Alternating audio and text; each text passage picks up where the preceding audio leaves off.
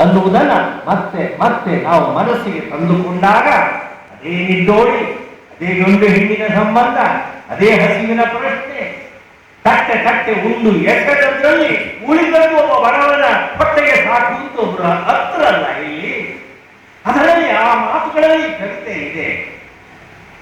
ಇದು ನಾವು ನಿತ್ಯವೂ ಕಾಣ್ತಾ ಇರುವ ಅನೇಕ ಕಲ್ಯಾಣ ಮಂಟಪಗಳಲ್ಲಿ ಎಷ್ಟೋ ಬಾರಿ ನಾವು ಎಷ್ಟು ಹೇಳಿದ್ರು ಅವರು ಸುರಿದು ಹೋಗ್ತಾರೆ, ಅದನ್ನೆಲ್ಲ ನಾವಲ್ಲಿ ಎಸೆದು ಹೋಗ್ತೇವೆ.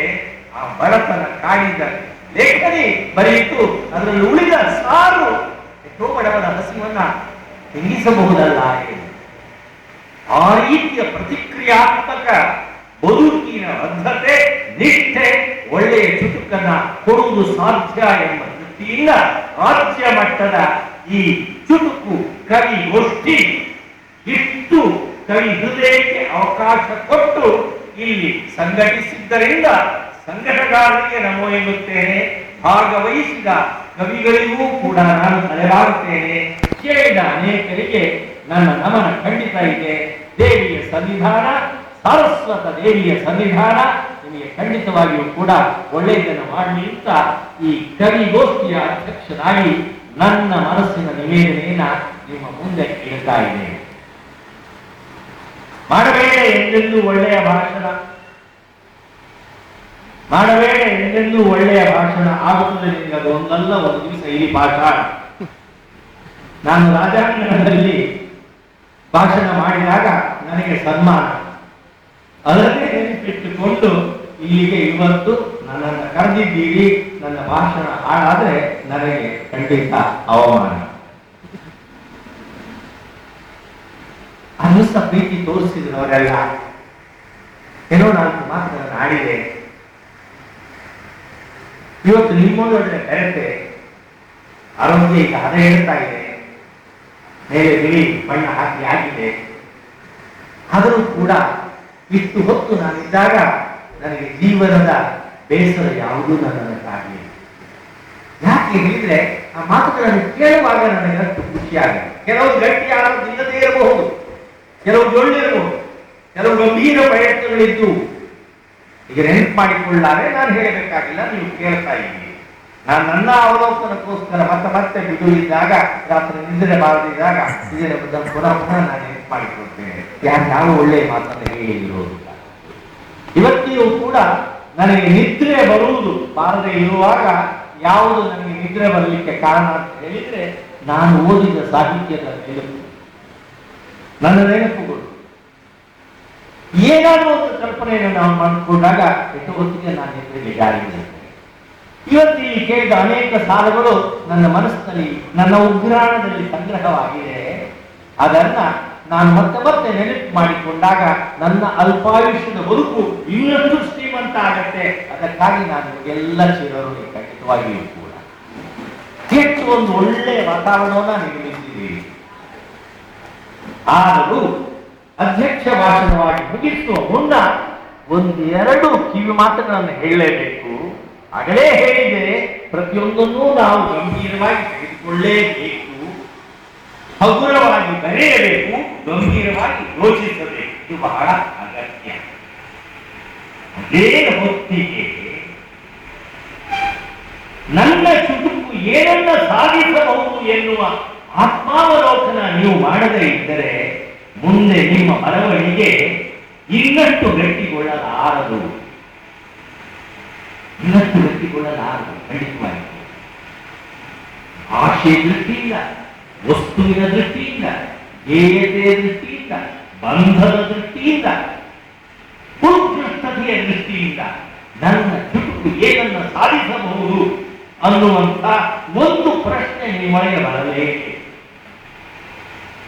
ಇದಕ್ಕೆ ಮೊದಲ ಹೆಜ್ಜೆಯಾಗಿ ಒಂದು ಅತೃಪ್ತಿ ಇರಬೇಕು.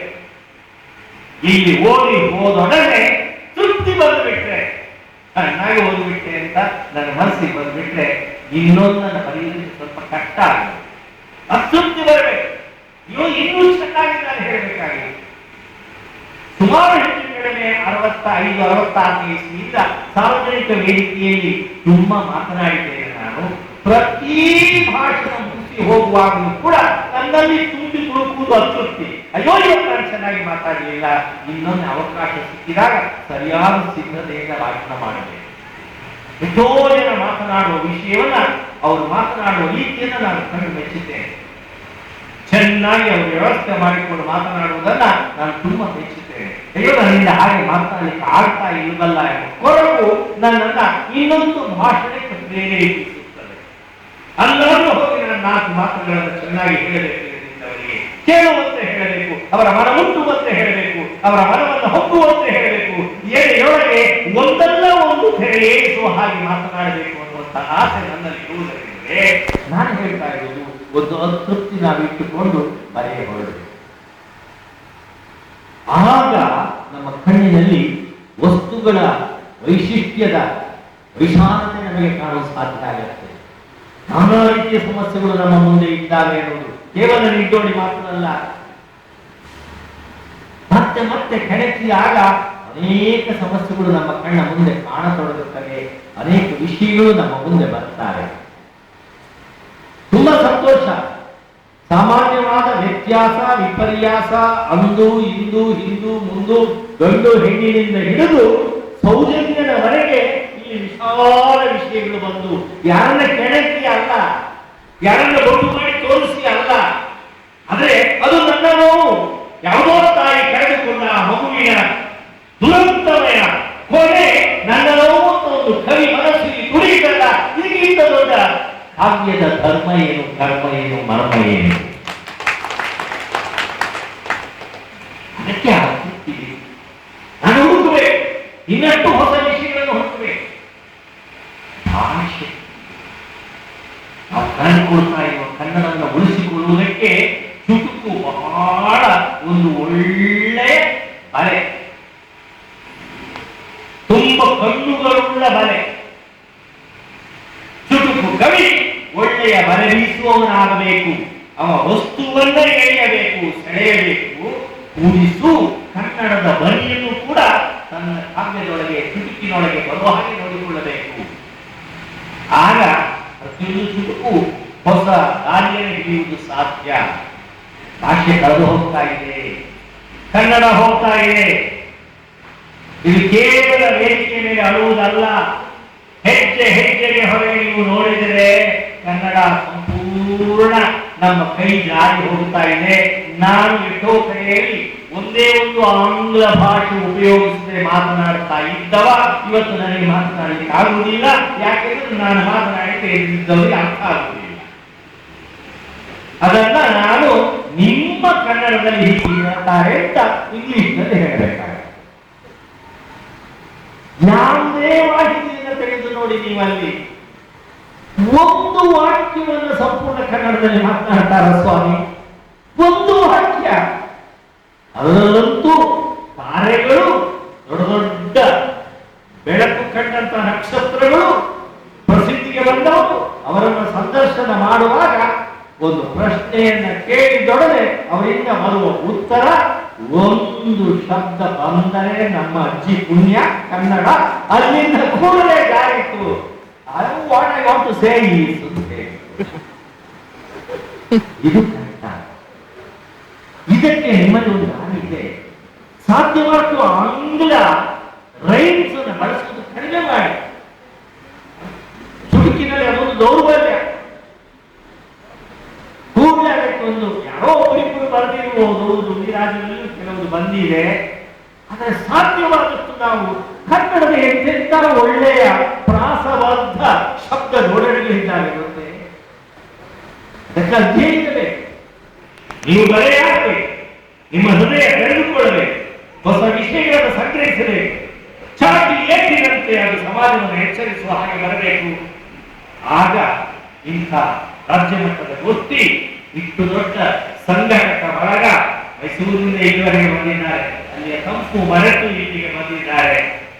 ಅವರ ಹಿಂದಿರುವ ನೀವೆಲ್ಲ ಮಾಡಿದ ದೊಡ್ಡ ಕೆಲಸ.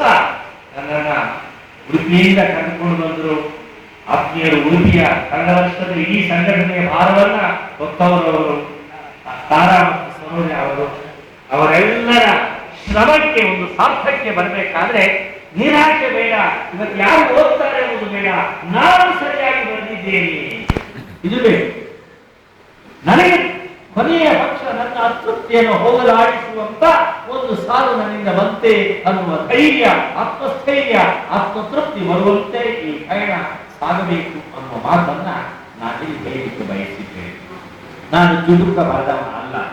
ಯಾಕೆ ನನ್ನನ್ನು ಅಧ್ಯಕ್ಷ ಮಾಡಿದ್ರು ಹೇಳಿದೆ, ಅಲ್ಲಿ ಒಂದು ಭಾಷಣ ಒಳ್ಳೆಯದು ಮಾಡಿದೆ ಅಂತ ನನಗೆ ಒಂದು ದೊಡ್ಡ ಪತ್ರಿಕೆ ಕೊಟ್ಟು ನನ್ನನ್ನು ಇಲ್ಲಿವರೆಗೆ ಗಾಳ ಹಾಕಿ ಹೇಳಬೇಕಿದ್ದಾರೆ. ಅಥವಾ ಅವರಿಗೆ ಯಾರೋ ಒಂದು ಬಲಿಪಶು ಬೇಕಿತ್ತು, ಅದಕ್ಕೆ ನನ್ನನ್ನು ಕರೆದಿದ್ದಾರೆ. ಅಥವಾ ಹೀಗೆ ಇರಬಹುದು. ಚುಟುಕವನ್ನೇ ಬರೆಯದೇ ಇದ್ದವರನ್ನು ನೋಡಿಕೊಂಡು ಚುಟುಕ ಕವಿಗಳಿಗೆಲ್ಲ ಬಹಳ ಸಿಟ್ಟು ಬರ್ತದೆ. ಬಹಳ ಮಹಾಕಾವ್ಯವನ್ನೇ ಬರೀತಾನೆ ಅವರು, ದೊಡ್ಡ ಕಥೆಗಾರನೇ ಆಗಿದ್ದಾರೆ, ದೊಡ್ಡ ಕಾದಂಬರಿ ಬರೆದಿದ್ದಾರೆ. ನೀವು ಒಂದು ಚುಟುಕು ಬರೆಯಲಿಲ್ಲ ಅಂತ ಹೇಳಿ ದೇವರನ್ನ ಪ್ರಾರ್ಥನೆ ಮಾಡಿದ್ದಾರೆ. ಅವನಿಗೆ ಏನಾದ್ರು ಶಿಕ್ಷೆ ಕೊಡಬೇಕು ದೇವರೇ ಮಂಗಳಮ್ಮ, ಅದಕ್ಕೆ ಅವನನ್ನು ಅಧ್ಯಕ್ಷ ಮಾಡಿದ್ದೀವಿ ಅಂತ ಹೇಳಿ. ನೀವು ಓದುವ ಎಲ್ಲ ಕೇಳಿಕೆಗಳನ್ನು ಕೇಳುವಂತ ಅಧ್ಯಕ್ಷನನ್ನಾಗಿ ಮಾಡಿ. ಇಲ್ಲ, ನಾನು ಹಾಗೆ ಎಣಿಸುವುದಿಲ್ಲ. ನಿಮ್ಮ ಪ್ರೀತಿ, ನಿಮ್ಮ ಒಲವು ನನ್ನನ್ನ ಸ್ವಲ್ಪ ಸಣ್ಣ ಬರಹಗಾರ, ನಾನು ಯಾರು ಅನ್ನುವುದು ಇಡೀ ನಾಡಿಗೆ ಹೆಚ್ಚು ಗೊತ್ತಿಲ್ಲದ ವಿಷಯ. ಯಾಕಂದ್ರೆ ನಾನು ಕಥೆಗಾರ, ನಿಜವಾಗಿ ಅದು 57 ಇಸ್ವಿಯಿಂದ ಕಥೆ ಬರ್ತಾವ. ಆದ್ರೆ ಎಲ್ಲೋ ಒಂದಷ್ಟು ಕಾಲ ಕೆಲವರು ನನ್ನ ಕಥೆಗಳನ್ನು ತುಂಬಾ ಓದಿದ್ದಾರೆ. ಮಿತ್ರರು ನೆನಪು ಮಾಡಿಕೊಂಡು ಹೇಳಿದ್ರು, ಉದಯವಾಣಿ ವಿಶೇಷ ಆಗ್ತದೆ ನಿಮ್ಮ ಕಥೆ ಓದಿದ್ದೇವೆ ಅಂತ ಹೇಳಿಕೊಂಡು ಅವರು ವೇದಿಕೆಗೆ ಬಂದು ಉತ್ಸಾಹದಿಂದ ಓದಿದಾಗ ನಾನು ತುಂಬಾ ಸಂತೋಷ ಪಟ್ಟೆ. ಜೀವನದ ನೋವನ್ನು ಮರೆಯುವ ರೀತಿಯಲ್ಲಿ ಅವರು ಕಾವ್ಯವನ್ನ ತಮ್ಮದಾಗಿಸಿಕೊಂಡಿದ್ದಾರೆ, ತಮ್ಮ ಕೃಷಿಯಾಗಿಸಿಕೊಂಡಿದ್ದಾರೆ, ತಮ್ಮ ಎದೆಯಲ್ಲಿ ಜಿರುಗುವ ಒಂದು ಒಳ್ಳೆಯ ನೀರಿನ ಭುಜೆಯಾಗಿಸಿಕೊಂಡಿದ್ದಾರೆ, ಅಕ್ಷರದ ಸೆರೆಯಾಗಿಸಿಕೊಂಡಿದ್ದಾರೆ. ಈ ಹುರುಪು ಬರುವುದಕ್ಕೆ ನಾವು ಪ್ರಯತ್ನ ಪಡಲೇಬೇಕಾಗುತ್ತೆ. ನಾನಾ ರೀತಿಯ ರಂಗ ಪ್ರಯೋಗವನ್ನು ಮಾಡ್ತಾ ಹೋದೆ. ನನ್ನನ್ನು ಯಾರು ಕೂಡ ಭರತನಾಟ್ಯ ನೃತ್ಯಗಾರ ಅಂತ ಹೇಳುವುದಿಲ್ಲ. ನಾನು ನೃತ್ಯ ಮಾಡಿದ್ರೆ ನೀವು ನಿಲ್ಲುವುದೂ ಇಲ್ಲ. ಆದ್ರೆ ನನ್ನ ಪ್ರಯೋಗಗಳನ್ನೆಲ್ಲ ಮೆಚ್ಚಿದವರಿದ್ದಾರೆ. ಆದರೆ ಇಡೀ ನಾಡಿನಲ್ಲಿ ನನ್ನ ಪ್ರಯೋಗ ವಿಶೇಷವಾಗಿ ಸ್ಥಾಪನೆಗೊಳ್ಳೋದ್ರಿಂದ ನಾನು ಆ ರೀತಿಯಲ್ಲಿ ಮುಂದೆ ಹೋಗಲೇ ಇಲ್ಲ. ಅದಕ್ಕಿಂತ ದೊಡ್ಡ ಒಂದು ಗುರುತು ಕನ್ನಡ ಸಂಸ್ಕೃತಿ ಬಂದ್ಬಿಟ್ಟಿದೆ, ಈ ದೇಶಕ್ಕೂ ಬಂದಿದೆ. ಪಂಥೀಯ, ಎಡಪಂಥೀಯ, ಬಲಪಂಥೀಯ, ಅಲ್ಲೆಲ್ಲೋ ನೀವು ಗುರುತಿಸಿಕೊಂಡರೆ ಮಾತ್ರ ನಿಮಗೆ ನಿಮ್ಮ ಸಾಧನೆಯ ಡಂಗುರ ಸಿಗತ್ತೆ, ಇಲ್ಲದಿದ್ರೆ ಸಿಗೋದಿಲ್ಲ. ಇದು ಯಾರ ಮೇಲೆ ದೂರ ಅಲ್ಲ. ನಾನು ನನ್ನ ಪರಿಸ್ಥಿತಿ, ಅದರ ಬಗ್ಗೆ ನನಗೆ ಬೇಸರವೂ ಇಲ್ಲ. ಆದರೂ ನನ್ನ ಎಲ್ಲ ಬರಹಗಳ ಬಗ್ಗೆ ಎಲ್ಲರೂ ಓದುವುದಕ್ಕೆ ಸಾಧ್ಯ ಇಲ್ಲ, ಎಲ್ಲರೂ ತಿಳಿಯುವುದಕ್ಕೆ ಸಾಧ್ಯ ಇಲ್ಲ.